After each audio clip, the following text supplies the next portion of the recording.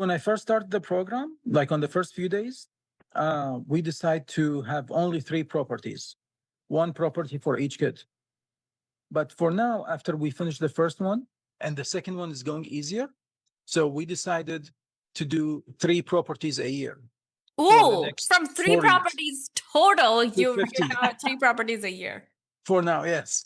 I love And I that. don't know if it's going to be higher or not. I'm open for that. But for me, like in 4 years, so I'm planning to have the third property this year and 3 years and 3 properties per year for next 4 years. So hopefully 15 properties. Let's go higher. I love Let's do that. it. Let's go higher. I love it. Yeah, that's awesome. Hey, this is Neeti, and what you're about to hear today is a very special episode with one of the members from our portfolio program. We call these Sensei Sessions. These interviews are designed to give you perspective about what you can achieve with the right strategies and execution. I hope you enjoy this episode, and for free resources, check out our show notes section to see how you can build and scale your portfolio.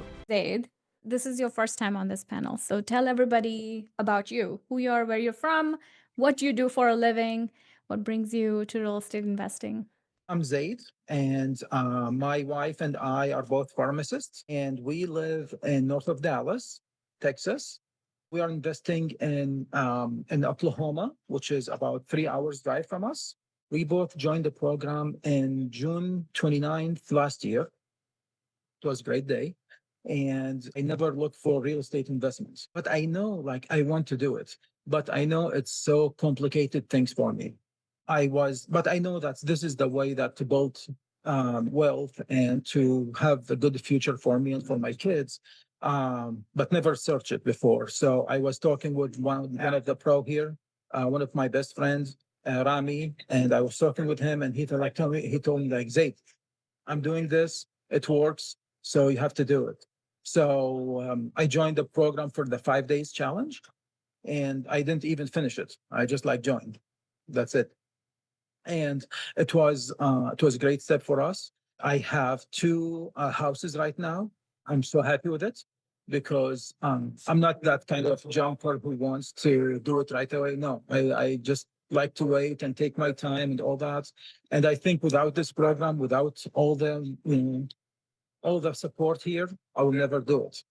I can guarantee you that. Because I'm not that kind of jumper who wants to do it right away. No, I just like to wait and take my time and all that. And I think without this program, without all the support here, I will never do it. I can guarantee you that. The other thing is I have 3 boys, 3 kids, 12, 6, and 1 years old. All boys. Most of the thing that I spent the time with was trying to find the zip code.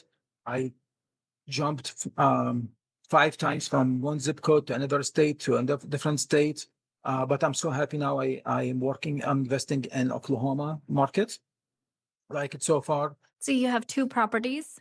2 properties, yep, exactly. And the first one is done. And the second one still under the rehab. That's with the contractor issues. Got it. Okay. So question for you. You shared something very interesting that it took a while for you to find the location where you were going to invest and you were switching from one place to another. And I'd love to know, lots of people have this issue. I had that issue. It took me months to narrow down the right neighborhood. That's why we have like processes around that now. What was it that got you from being in that flux to finally taking action and narrowing down a neighborhood and committing to it?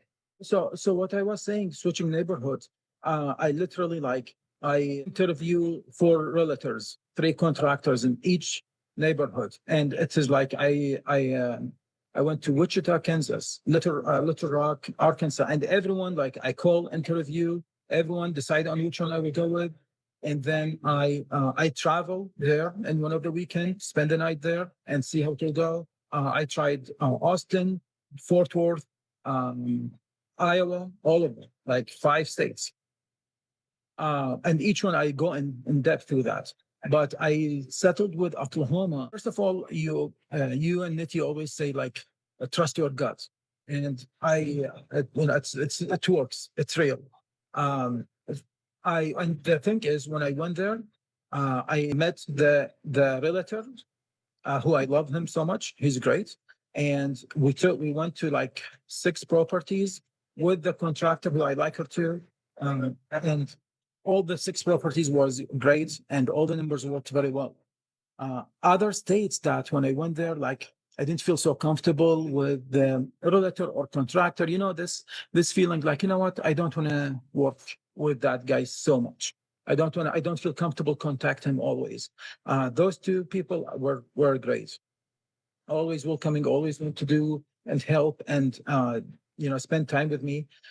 Plus the all the numbers worked for those 6 houses. Like wow! So I picked one of them and I purchased the first one and then purchased the second one too. So I think just like kind of people who I met there, and each state Yes. might different. The houses, the numbers works, and it's also like one of the cities I traveled there. Like I just want to leave. I don't like it. Yeah, Yeah, I love that. That's such a great point because your team will impact how you feel about your business and how 100%. you Yes. perceive your real estate investing process is going to be truly impacted by the people you're talking to all the time. It's basically a gut feeling, especially about people. Like you should look at the numbers for properties, right? We're not just going to go by a gut feeling, but people, which is what specifically you're talking about. When you talk about that, the red flags that you may not be able to identify or articulate verbally, those culminate into a gut feeling. All the data that you've had for how many hundreds of thousands of people you've run into Mhm. throughout your life, your body and your mind keeps that data, but there's too much data to process to tell you exactly why you have this red flag with this person, and some other person may feel you super comfortable and good about moving forward. So that gut feeling, I love that. I don't think, Cheryl, have we ever had anybody say that it was the team and their gut feeling about the team that made them decide the area? Definitely the team, but I think we underestimate the power of our gut. Yeah, Honestly, I love we that all so do that. much. So Like this feeling when you want to ask someone a favor or something to do, and you're hesitant because you hate to ask him. This is not my team. This I is the love one that. that I never hesitate to call him like, hey, can you go to see the property? Can you take me pictures? Can you fix something? Both of them was really like that. Love that. Oh, what a great perspective. I interview them over the phone, follow the SOP questions one by one, take the answers, compare them.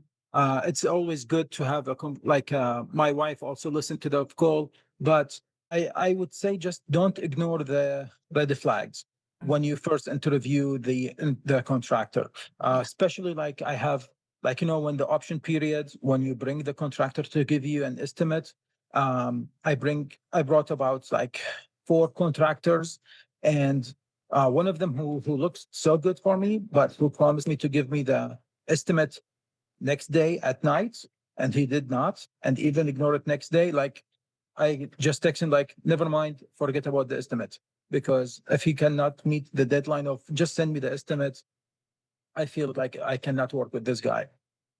So I think that's the red flag for me, and I cannot let it go with that. So I think the first impression is very good. It's very important.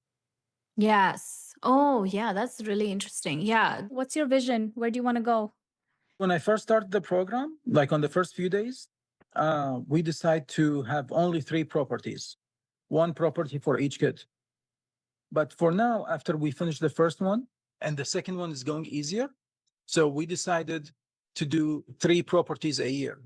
Oh, next from 3 4 years. properties total, you're 50. now at 3 properties a year. For now, yes.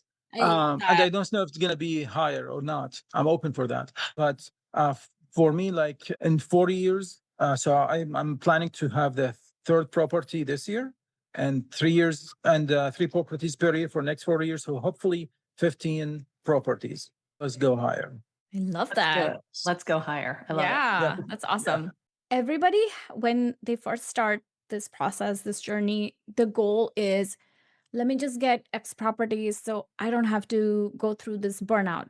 I don't have to deal with whatever I'm dealing with right now. Basically, we look at real estate investing as an escape. We look at it as a way to not have to do the thing we're doing right now, right? It's usually corporate. For me, it was corporate. And I want you to think about the day when you're beyond that. You're healed.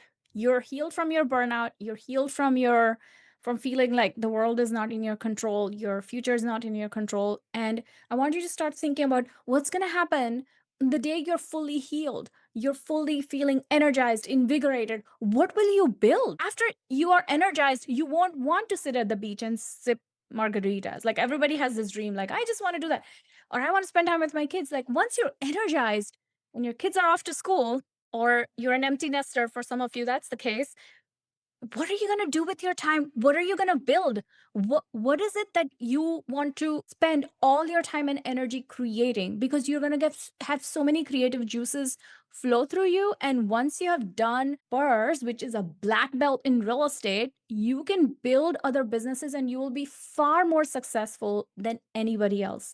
And so think about what would you, or maybe your goal is just to scale this 10x it. Maybe that's what it is. Whatever that is, think about what you would do when you come at it from the perspective of feeling energized and excited to create and build, instead of, let me just do this so I can get out of the thing that I'm so burnt out of. Because I want you to like get into that mindset of having that energy and having that excitement, as opposed to as fast as possible, getting out of that place of burnout.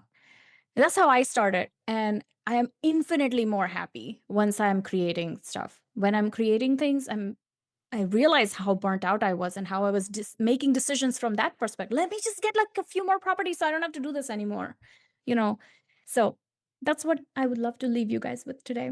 Bye, guys. Love you all. When you're ready to get serious, you can join us at theinvestoraccelerator.com. It's like getting 1,000 episodes worth of information in 5 days, and it's everything you need to build your actionable plan to financial freedom and making work optional.